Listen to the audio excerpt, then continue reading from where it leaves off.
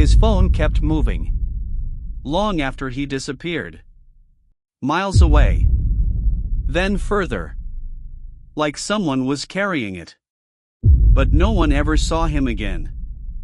Nothing about that night suggested anything was about to happen, and that's probably the most frustrating part when you look back at it now. He left a little after 9 p.m., just like any other evening, without rushing, without looking over his shoulder, without doing anything that would stand out to anyone passing by. If you saw him, you wouldn't remember him. The phone data reflects that same normal pattern.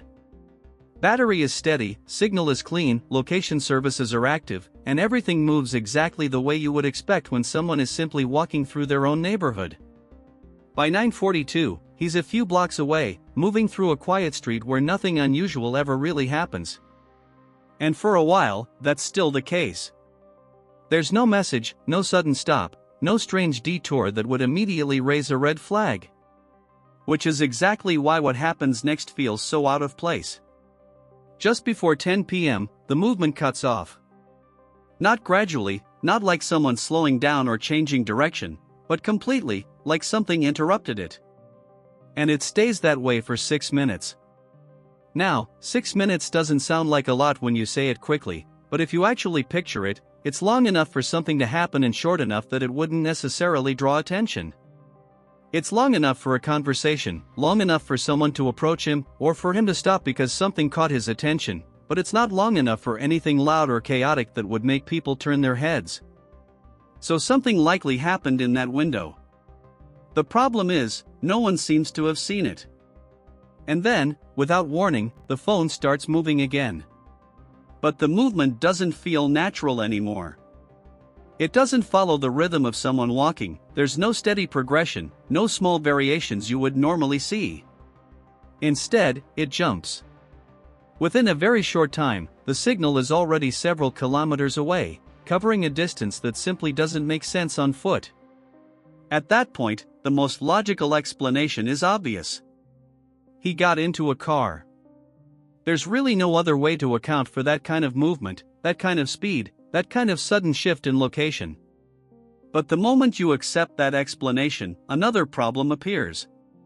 Because there isn't a single piece of footage that shows him getting into any vehicle. Not near his home, not at nearby intersections, and not along the path the phone later seems to follow. Nothing captures that moment. And that's where everything starts to fall apart. Because the phone behaves like he left the area. But everything else suggests he never did. And those two things don't fit together. At first glance, the explanation seems simple, almost too simple. If the phone suddenly starts covering that kind of distance, then he must have gotten into a car, because there really isn't another realistic way to move that fast through the city. And for a moment, that idea actually works. It fits the speed, it fits the direction, and it gives you something concrete to hold on to. But the more you look at it, the less stable it becomes. Because getting into a car is not a subtle event. It happens somewhere. It happens in view of something. A street camera, a building entrance, a passing vehicle, anything. And in this case, there's nothing. Not a single camera picks him up getting in. Not near his building, not at the corners he passed just minutes earlier, and not along the path where his phone later appears. It's as if that moment never happened. Which creates a strange situation. The data behaves like he entered a vehicle. But the real world doesn't confirm it. And when those two things start to separate, that's usually where things get complicated. By 10:26 p.m., the movement slows down again. This time, the signal settles near an industrial area on the edge of the city, a place that doesn't see much activity at that hour. Not completely empty, but quiet enough that small details would stand out if anyone was paying attention. The phone stays there for a bit. Then it shifts. Just slightly. A few meters, then it stops again. Then another small movement. This doesn't look like driving anymore. It looks closer to someone walking. Or standing still, then moving again. Or waiting. And that opens up a different line of thinking. Because if the phone is moving slowly now, in short distances, that suggests whoever has it is no longer inside a moving vehicle. They're on foot. Which means the situation has already changed. At some point between that rapid movement across the city and this quiet, almost controlled pattern in the industrial area, something happened.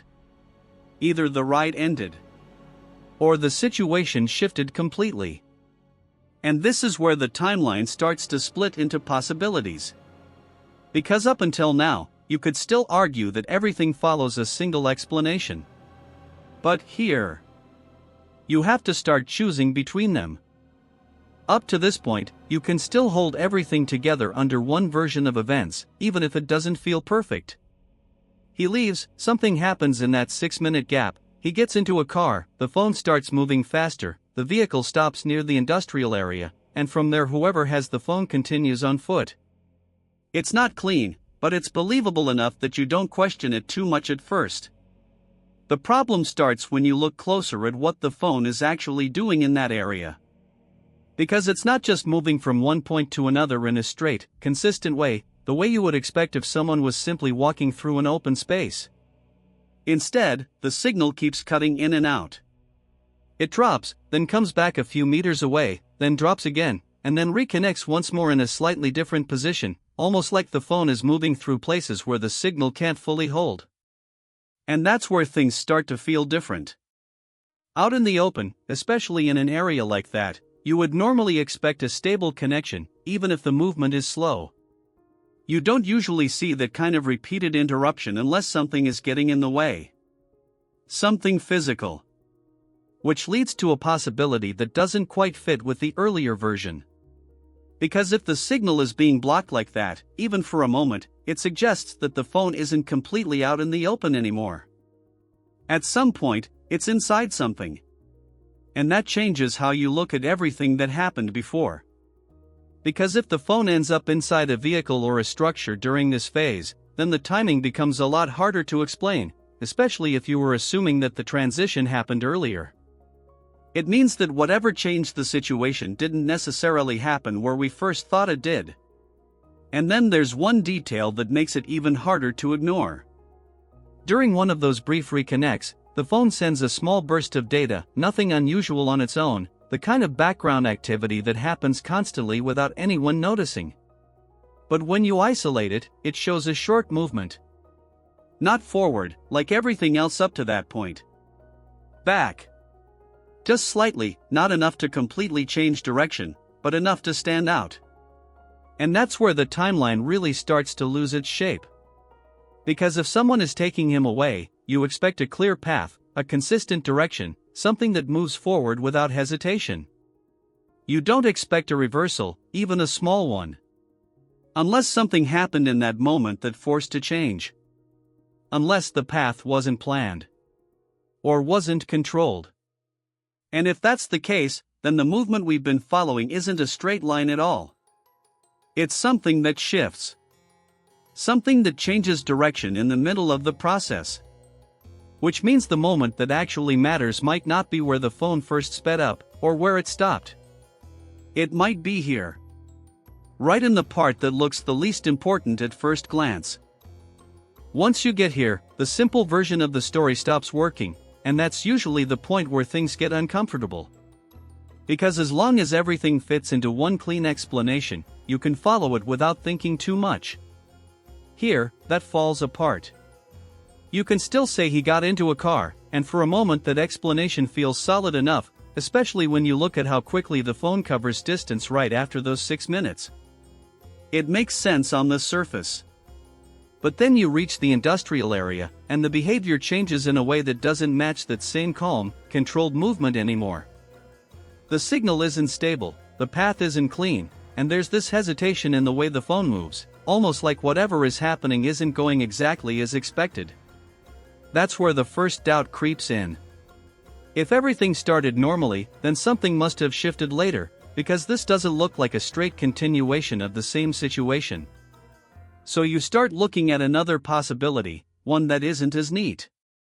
Something could have happened during those 6 minutes, something that didn't leave noise or witnesses, but still changed the direction of the night completely. Not necessarily something loud or obvious, just enough to break the normal flow and push things into a different path. That would explain why there's no clear moment on camera, why nothing lines up cleanly, and why the movement later feels inconsistent instead of smooth. But even that doesn't fully solve it. Because if something went wrong that early, you would still expect at least one detail to surface, something small, something that doesn't belong, and so far there's nothing you can point to with confidence. And then there's another angle that's harder to accept at first, mostly because it complicates everything. The phone might not be telling a single continuous story. It might be showing fragments. If it changes hands at any point, even briefly, then what you're looking at is no longer one person moving through the city from one place to another. It becomes a sequence of moments that don't fully connect. And once you see it that way, the inconsistencies stop feeling random. They start to look like breaks in the timeline. Which would explain why the movement speeds up, then slows down, then slightly shifts direction in a way that doesn't really follow a clean path. At that point, you're no longer tracking a route. You're trying to piece together something that keeps changing shape while you're looking at it. And that's the part that makes this difficult. Because now you're not asking where he went. You're asking what exactly you're even looking at. When you reach the end of this, it doesn't really feel like an ending. You go through the timeline again, from the moment he leaves to the last signal the phone sends, and everything is there in front of you, nothing missing, nothing obviously wrong. And still, something doesn't sit right. The beginning is almost too normal, the kind of ordinary that makes it easy to overlook, because there's nothing in it that prepares you for what comes after. Then you hit those 6 minutes, and that's where your attention stays, because it feels like something had to happen there, even if you can't prove what it was. After that, the movement speeds up, and for a moment it gives you something solid to hold onto, something that feels logical enough to follow without questioning it too much. But it doesn't stay that way. By the time the phone reaches that quieter part of the city, the pattern changes just enough to make you pause, not because it clearly points to something, but because it stops behaving the way you expect it to. And once you notice that, it's hard to ignore. You start going back, checking the same points again, trying to see if you missed something the first time, because it feels like the answer isn't far away, just slightly out of reach. The frustrating part is that every direction you take almost works. You get close, it makes sense for a moment, and then something small breaks it again. Not in a dramatic way, not with a clear contradiction, just enough to remind you that you're still guessing. And that's where this story stays. Not with a conclusion, but with that feeling that everything is just a little off. Because the phone tells you he moved. The silence tells you something happened. And the space between those two things is where the real question is. Not where he went. But what actually happened in the moment no one saw.